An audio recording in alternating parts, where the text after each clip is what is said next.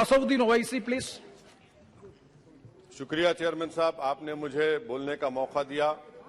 मैं इस तहरीक अदम एतमाद की तायद में खड़ा हूं जिसको टीआरएस पार्टी और हमारी पार्टी ने दिया, जिसको स्पीकर साहब ने कबूल किया।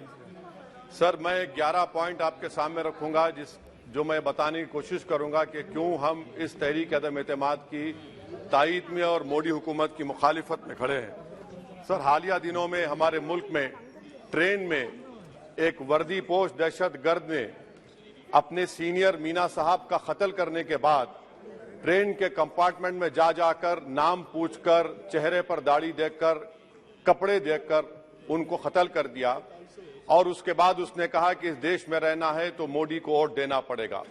मैं हुकूमत से जानना चाहूंगा कि क्या ये अक्सरियती तबके की एक्सट्रीमिज्म और रेडिकलाइजेशन की बेहतरीन मिसाल नहीं है, और अगर है तो फिर हुकूमत इस पर क्या करेगी।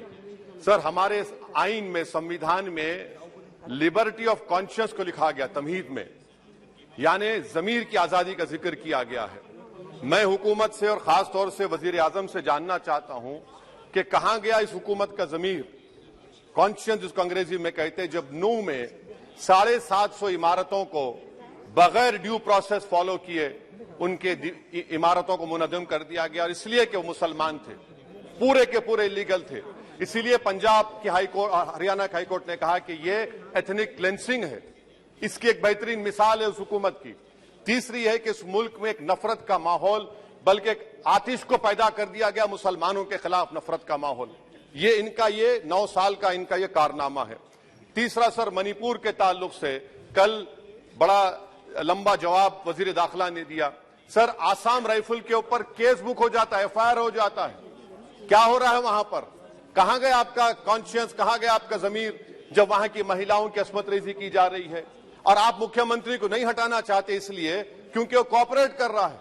सर, मैं हरियाणा और मणिपुर के वजीर आला के लिए किसी शायर ने अच्छा कहा था कि कुर्सी है तुम्हारा ये जनाजा तो नहीं, कुछ कर नहीं सकते तो उतर क्यों नहीं जाते।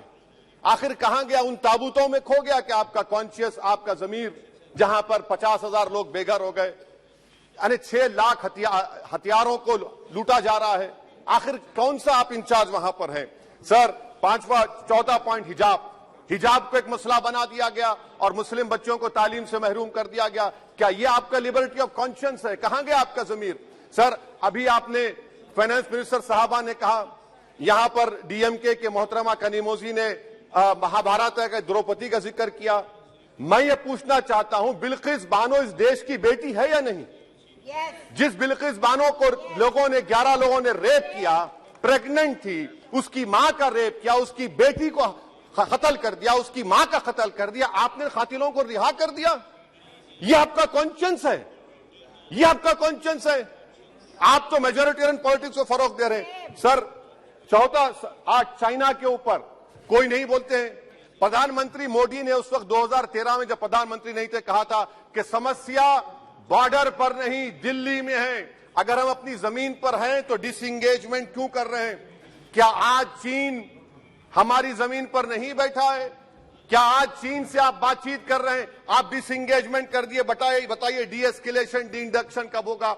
मैं आपके जरिए इस हुकूमत को बता रहा हूं कि अगर प्रधानमंत्री ने अहमदाबाद में शी जिनपिंग को बुलाकर झूला झुलाया था, क्या हुआ? क्या नतीजा निकला उसका? चेन्नई दिखाया, क्या नतीजा निकला?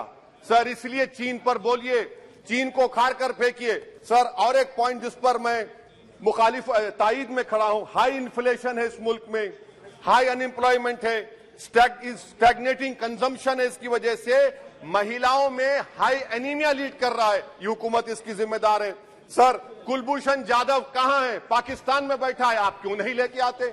आप विश्वगुरु कहते हैं, कुलभूषण जाधव को भूल गए आप। कतर में 8 नेवी ऑफिसर 1 साल से जेल में हैं, आप नहीं ला सके उनको। सर, और एक चीज, 1991 का प्लेसेस ऑफ वर्शिप एक्ट इस ऐवान में पास किया गया था कि तारीख के जख्मों को नहीं खुरेदा जाएगा। आप खुरोद रहे हैं उनको। मैं आपको इंतबाह दे रहा हूं, वार्न कर रहा हूं, इस मुल्क को 90 के दहे में मत लेकर जाइए। 91 का एक्ट सुप्रीम कोर्ट में जवाब दीजिए कि आपकी हुकूमत 91 प्लेस ऑफ वर्शिप एक्ट की कायम है, उस पर कायम रहेगी। यूसीसी सर, इस यूसीसी का फॉर्मूला क्या है? एक मुल्क में एक मजहब, एक कल्चर, एक जबान। ये तो डिक्टेटरों का फॉर्मूला है।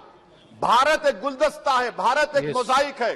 यहाँ पर बेशुमार जबानें, बेशुमार मज़ाहिब बोले जाते हैं और हिंदू अनडिवाइडेड फैमिली में sir I am concluding 8 crore 75 Hindu खानदानों को 3,800 करोड़ डिडक्शन मिला। इसके बारे में आप क्या कहेंगे सर? मैं कंक्लूड करने से पहले आपको बताना चाह रहा हूं कि माइनॉरिटी वेलफेयर का बजट 40% कम कर दिया गया।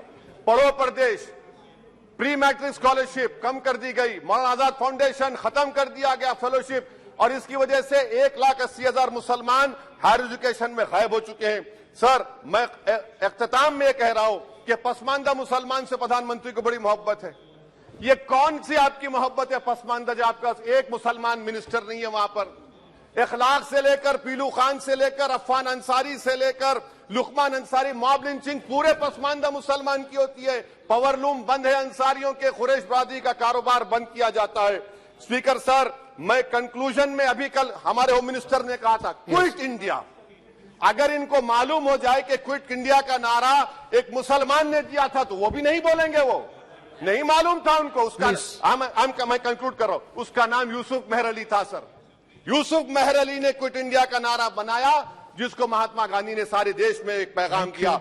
मैं कंक्लूड कर रहा हूं सर, इस देश में अगर आज क्विट इंडिया करना है तो कहना पड़ेगा चाइना क्विट इंडिया। जो गौ रक्षक है जिसका नाम मोनू है, वो आपके लिए मोनू डार्लिंग बन गया है, उसको कहिए क्विट इंडिया। सर जो लोग तुष्टीकरण की राजनीति आप कर रहे हैं, आप हिंदू अक्सरियती लोगों में हथियार बांट रहे हैं, ये आप देश के लिए खतरा पैदा कर रहे हैं। सर I'm कंक्लूडिंग, इसीलिए हम आपसे अपील कर रहे हैं कि हुकूमत से कह रहे हैं कि आप जो सियासत कर रहे हैं इससे नुकसान देश को होगा। प्रधानमंत्री जब खड़े होकर जवाब देंगे, हम उनसे पूछना चाह रहे हैं, पॉइंटेड क्वेश्चन है, क्या देश बड़ा है या हिंदुत्व गोलवालकर की आइडियोलॉजी बड़ी है? मैं इस तहरीक अदम एतमाद की तायद में खड़ा हूं और हुकूमत की मुखालिफत में। सर एक आधा मिनट सर, दो लोग, दो महाज है इस मुल्क में, एक चौकीदार है, एक दुकानदार है। एक चौकीदार है, एक दुकानदार है। जब जुल्म हम पे होता कोई मुंह नहीं खोलते। यूएपीए का कानून अमित शाह ने लाया, इन दुकानदारों ने तायद की। आज उस यूएपीए का कानून में 83 साल का बुढ़ा सिपर नहीं होने से मर गया। आखिर कब तक दुकानदार और चौकीदार हमारी लाशों पर सियासत? सर हम कंक्लूडिंग, कब तक सियासत करेंगे? अगर आप जुल्म के खिलाफ आवाज नहीं उठाएंगे तो आपकी दुकानदारी नहीं चलेगी, चौकीदार को बदलेंगे, तीसरा महाज करेगा। शुक्रिया सर।